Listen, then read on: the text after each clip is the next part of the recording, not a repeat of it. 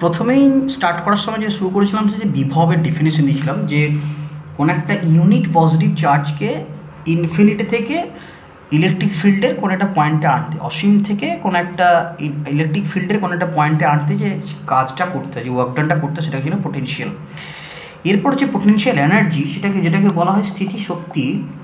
এখানে কিন্তু সেই ডেফিনেশনটা একই, যে ইনফিনিটি থেকে চার্জটাকে আনা হচ্ছে, কিন্তু এখানে ইউনিট চার্জ না এনে একটা সাম অ্যামাউন্টের চার্জ নিয়ে আসা হচ্ছে। It is the work done required to place the charge,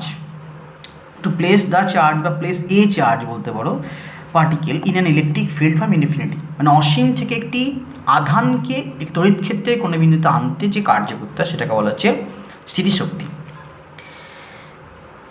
আগেরটাই আধানটা একক ছিল, এখানে আধানটা একক থাকছে না, আর কিছু নয়। তার মানে তুমি যদি বাই ডেফিনেশন দেখতে চাও, ভি যদি পোটেনশিয়াল হয় তাহলে এখন পোটেনশিয়াল এনার্জি হবে U, and that is equal to Q into V.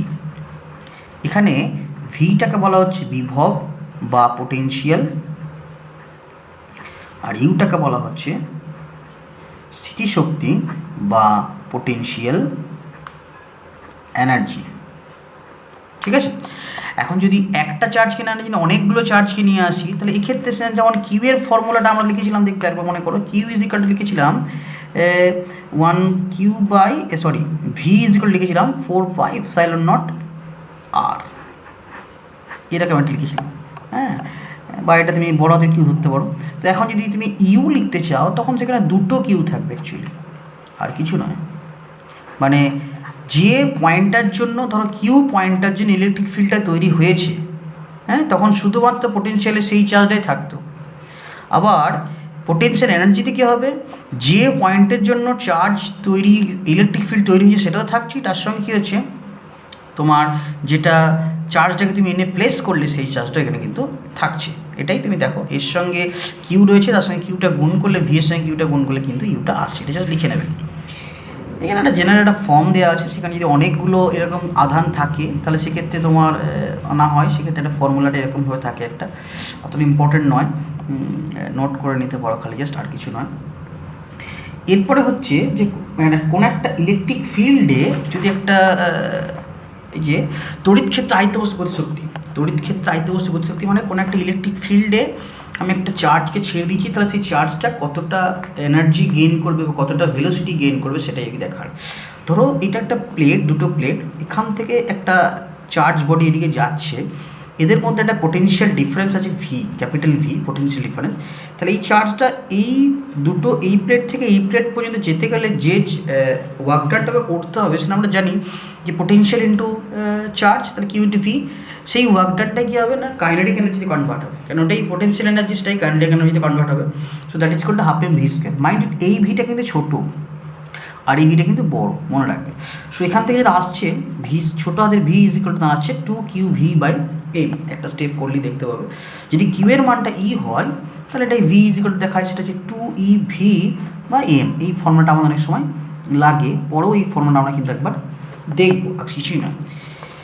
একটা ছোটো টার্ম মনে রাখবে যে ইলেকট্রন ভোল্ট, এনার্জির ইউনিট অফ এনার্জি, মানে যেখানে এনার্জিটা খুব স্মল অ্যামাউন্ট এনার্জি হয় সেখানে ইউনিটটা বোঝাতে গেলে ইলেকট্রন ভোল্ট বোঝাতে হয়। যে একটা ইলেকট্রনকে 1 ভোল্টের কোনো পোটেনশিয়াল ডিফারেন্সের নিয়ে যেতে গেলে যে ওয়ার্কডানটা করতে হয় সেটা হচ্ছে 1 eV।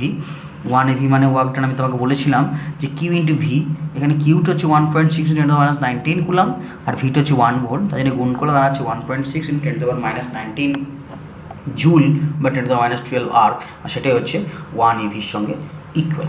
নেক্সট যেটা পড়বো সেটা হচ্ছে যে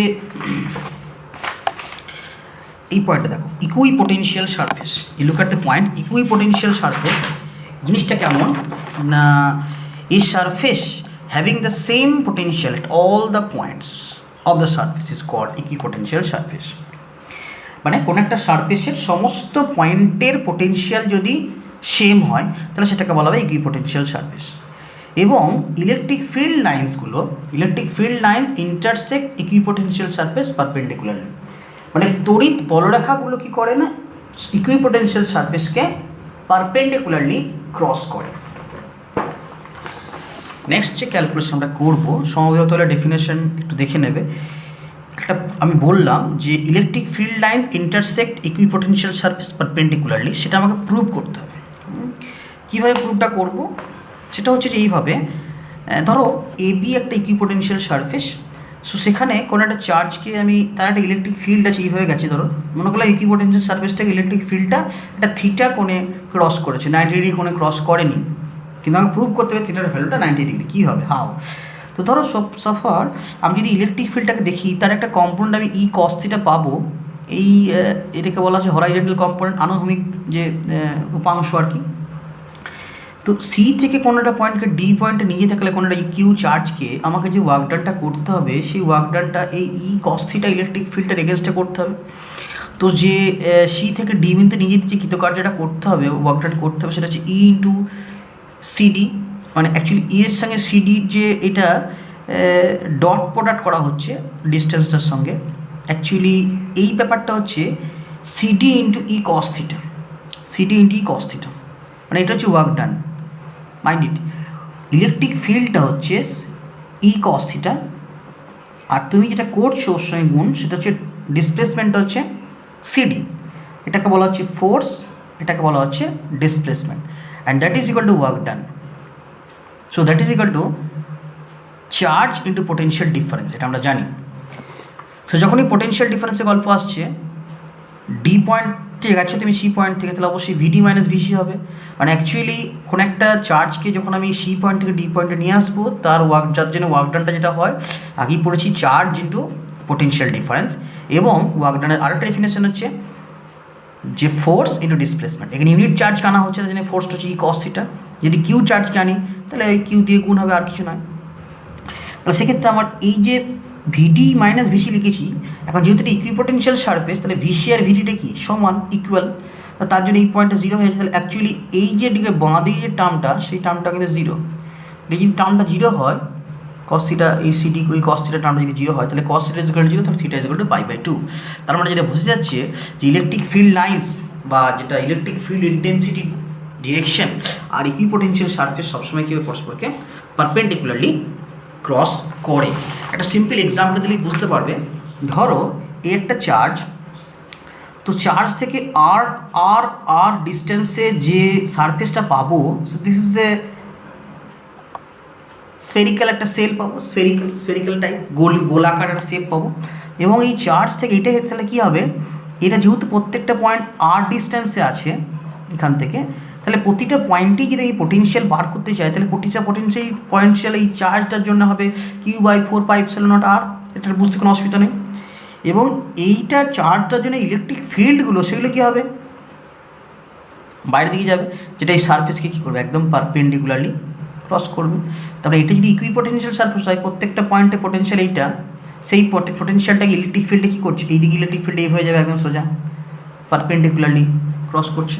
ইলেকট্রিক ফিল্ড লাইন্স ইকুইপোটেনশিয়াল সারফেসকে পারপেন্ডিকুলারলি ক্রস করে। এখানে কিছু কিছু নিউমেরিক্যালস আছে, সেগুলো তোমরা একটু দেখবে, অ্যান্ড দেন আমাকে বলবে।